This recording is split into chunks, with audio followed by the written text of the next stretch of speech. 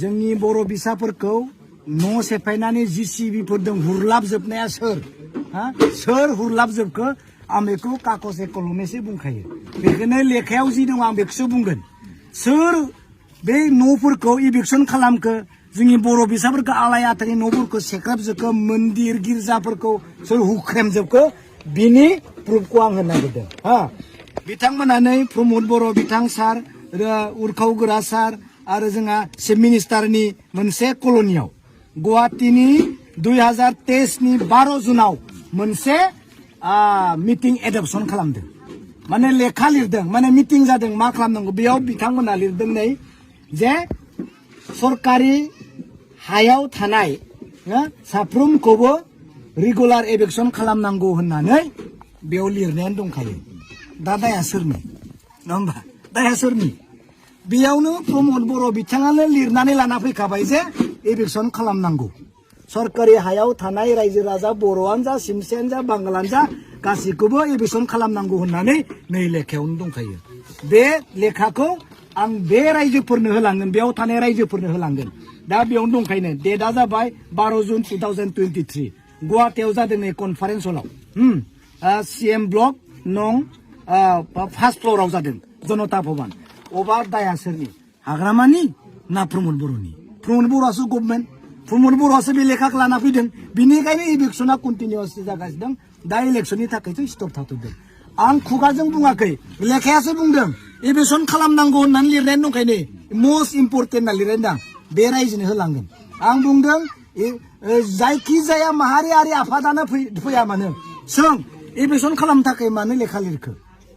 प्रमद बर' बिथांनि नेताफोरा फैयोब्ला सोरबा एमपिनि थाखाय इलेक्सनाव फैयोबा रायजोफोरखौ आं बुंखादों सों बे लेखाखौ मानो लिरना लाना फैखो हा होनोसो नागिरदों नोंसोरो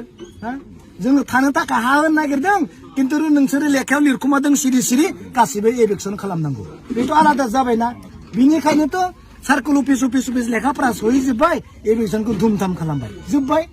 आं बे खोथाखौनो बुंनो रायजोफोरनियाव फैदों फैबावगोन आं आरो बेयाव थाबायनो थांगोन इलेक्सनाव थेंक इउ नाङा नाय BPF हा जे समाव BPF आ सबसे गोख्रोंमोन जेरावबो MLA दंमोन मन्थ्रिबो दंमोन अब्लाबो 1.5 लाखसोल' भट मोनदोंमोन होमब्लाथ' आंबो दंमोन मोनथिबायना बे समावबो नाथाय BPF नि हालोदा बै समनि नंलिया दा BPF आव आंनो गैला जौस्रां बर'आनो गैया आरो गोबां दं आं दा नाम लानानै बुंदों जे जोंनो BPF आव दा गैला जि समाव 1.5 लाख मोनदोंमोन आरोथ' गोबां नोंथांमोनाबो मोनथिगौ गतिके BPF आ माने मैया दाख्लै अबस्थाया बिराद गाज्रिमोन बिनिख्रुइ एसे मोजां जादों नाथाय BPF आ आगोलनि बै 1.5 लाख भट मोननायसिमावनो सफैयाखै आरोखि गतिके बे हिसाबै आं सानो आरो जियानो जायाथों नाथाय बिथांमोना राजखान्थि खालामदों गतिके राजखान्थि खालामदोंब्लाथ' बिथांमोना इलेक्सन गेलेनांगोन नालाय जेनखागोन होननानैथ' माने फिल्डआव हाबा गतिके देरहागोन होननानै हाबनांगोन आरो मिजिंखौबो देरहानाय लानानै गेलेनांगोन गतिके बे मात्र धोरोमल' आरोखि राजखान्थिनि मोनसे धोरोम बिसोर राजखान्थि नालाय गेलेनांगोन आरो नङाबा बिसोरो जोंनि केन्डिडेटखौ सापर्ट खालामनांगोन दा बिथांमोना सापर्ट खालामनो हाया ओंखायनो बिथांमोना गेलेदों नाथाय बिथांमोननि गेलेनाया देरहानायनि नङा आरो बेजों बिथांमोना देरहानो हाया अदेबानि राजखान्थि हान्जा होनांगोन दा जोंना मानाव गेदेर MLA बिथां दुर्गादास बर'आ आगोलावबो MLA मोन आगोलावबो इलेक्सन गेलेदोंमोन MLA नि अब्लाबो बिथाङा देरहानो हायाखै आरो दाबो बे एखे भटखौनो मोनगोन बिथाङा गावनि जिखिनि भट नाथाय बियो माने मंगलदै लकसभा माने बिसायख'थियाव माने जेबो बेबायदि मोनसे माने मा होनो मख'जाथाव बेबायदि जानाय नङा आरो बे आगोलाव जेरै दं बिदि नोंथांमोनाबो नायबानो जाबाय जे BPF आ आगोलाव जि दं बिनिख्रुइ गाहायाव दं अब्लाथ' 1.5 लाखनिफ्राय गाहायावसो फैगोन आंनि हिसाबावबो आरोखि दिनै दरं उदालगुरि समष्टिनि जोंनि BTR एरियानि जिखिनि एसेम्बलि दङ बिनि गेजेराव टंला जि जोंहा समष्टि दङ बिनि स्टेरिं कमिटि दाबाय दसे उनाव भेरगावनि दागोन बिनि उनाव माजबाद आरो उदालगुरिनिबो दानाय जागोन बिनि उनाव तामुलपुर दागोन बिसेसकै दरं उदालगुरि समष्टियाव जिखिनि BTC पार्ट गोग्लैयो बे ओनसोलाव जोंनि जिखिनि केम्पिं बियो जोबोद मोजाङै सोलिगासिनो दङ आरो एबार जोबोद मोजां एनडिएनि थाखाय नैबे बिसायख'थिया जोबोद मोजाङैनो दङ मानोना थांनाय 10 बोसोराव प्राइम मिनिस्टार नरेन्द्र मोदी बिथाङा जिखिनि खामानिखौ मावबाय बियो रायजो राजाफोरनि गोसोखौ जै खालामनो हादों बिथाङा रायजो राजानि अननाय मोननो हादों आरो रायजो राजाजों बिथाङा कानेक्ट जानो हादों बेनिखायनो नैबे जि बिसायख'थि लकसभा बिसायख'थि बेखौ नरेन्द्र मोदी बिथांनि नामाव जिहेतु गेलेगासिनो दङ दा बेवहाय बिजाथिया दिलीप शइकियाब्लाबो नरेन्द्र मोदी बिथांनि थाखायनो जों गेलेगासिनो दङ बिथाङा थामथि खेबनि थाखाय भारतनि प्रधानमन्त्रि जानांगो आरो जोंनि आद्रा थानाय जिखिनि खामानि बा जेंना बेफोरखौ सुस्रांनांगो बिनि थाखायनो गासैबो हारि माहारिनि रायजो राजाफ्रा रेडि जानानै दङ जे फैगौ बिसायख'थियाव नरेन्द्र मोदी बिथांखौ टार्गेट खालामनानै बेवहाय दिलीप शइकिया बिथांनो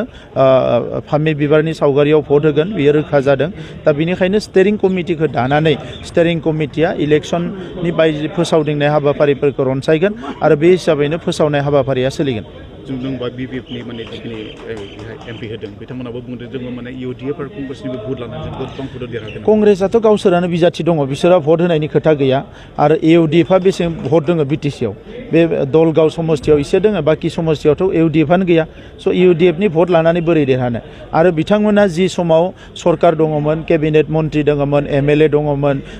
MCLA दङमोन गासै TCLCC VCDC चेयारमेन दङमोन बै समावनो देरहानो हायाखिसै दा बोरै देरहानो दा नंखायनो बेवहाय जास्ट मिसलिड खालामनानै बा ब्लेकमेलिं खालामनानै रायजो राजाफोरनि भटखौ नस्थ' खालामनायनि बादै जेबो गैया दा नंखायनो फैगौ समाव जोंनि ओनसोलनि जौगानाय जोंनि ओनसोलनि गोजोन जोंनि ओनसोलाव हारि माहारिनि गेजेराव खौसेथि लाखिनाय बे गासैबो थांखिखौ नोजोर होनानै जि NDA एलायन्स बेवहायनो रायजो राजाफ्रा भट होगोन आं बेखौ मिजिंथियो क'क्राझारनि थाखाय प्रिपारेसना जोबोद मोजां गाबोनो चिफ मिनिस्टार बिथाङा क'क्राझाराव फैगोन अलरेडि जोंनि UPPL BJP आरो AGPनि जि फोसावनाय हाबाफारि बियो जोबोद मोजाङै सोलिगासिनो दङ समस्ति VCDC बुथ जेरावबो प्रिपारेसना जोबोद मोजां बेनिखायनो नैबे बिसायख'थियाव जोंनि जि बिजाथि जयन्त बसुमतारी बिथाङा जोबोद बुरजा भट लानानै देरहागोन आरो जाय नैथियाव थागोन बिथाङा मेक्सिमाम 20% भट मोननो हायो बिनिख्रुइ बारा भट मोना जोङो BTCनि गासै बिभिन्न ओनसोल जेराव जेराव गार' रायजो राजाफोर दङ बिभिन्न परिषदीय समस्तियाव MCLA समस्तियाव जोंहा गार' रायजो राजाफोर दङ मानगोनां गार' रायजो राजाफोर दङ बे मानगोनां गार' रायजो राजाफोरखौ लाफानानै जोङो दिनै सारा BTCनि नामै मोनसे गार' सेल गठन खालामबाय फर्मेशन खालामबाय बाहाय बयनिबो बिराद गोख्रों जगदानजों जोङो दिनै दाफुंनो हाबाय आरो बे दाफुंसारनायनि लोगो लोगो जोङो गार' ओनसोलाव गार' रायजो राजाफोरनि थाखाय BPF दोलोनिफ्राय जा खालामफुंनांगौ जा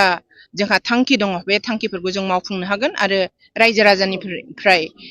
अननाय आरो सहযোगिता मोनगोन गार' रायजो राजानिफ्राय बेखौनो जोङो आसा खालामनानै दिनै जोबोद गोख्रों मोनसे गार' सेल गठन खालामनाय जाहैबाय लकसभा बिसायख'थिनि थाखाय BPF दोलोआ गोख्रोङै जोंनि साफ्रोमबो सोद्रोमा साफ्रोमबो नेता साफ्रोमबो रायजो राजाफ्रा BPF खौ देरहाहोनायनि थाखाय साखाफारा जानानै दङ